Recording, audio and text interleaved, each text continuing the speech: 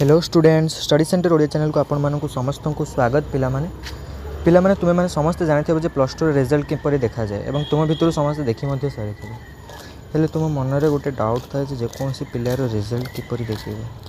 से आपण को आम वीडियो डिस्क्रिप्शन बॉक्स रे एक लिंक दि जाइए से प्रथम क्लिक करूँ यापर नेक्स्ट प्रोसेस कौन रही आम मोबाइल स्क्रीन रे देखा तो आपण मैंने से फॉलो करूँ आपण देखो पिला माने ओके यही लिंक ऊपर मु क्लिक करुच्छे यही लिंक आपण मानकर चैनल डिस्क्रिप्शन बॉक्स रे दे देथिबो ता ऊपर क्लिक करके आपण माने एमते गोटे पेज पाइबे ओके मु कटक मु गोटे डिस्ट्रिक्ट नौ पिले गंजाम डिस्ट्रिक्ट नौ ओके तार को कॉलेज से पिलाडीर को कॉलेज ता ऊपर मु चूज करछि ओके तो गवर्नमेंट सेकेंडरी स्कूल छत्रपुर ऊपर चूज करुछि ओके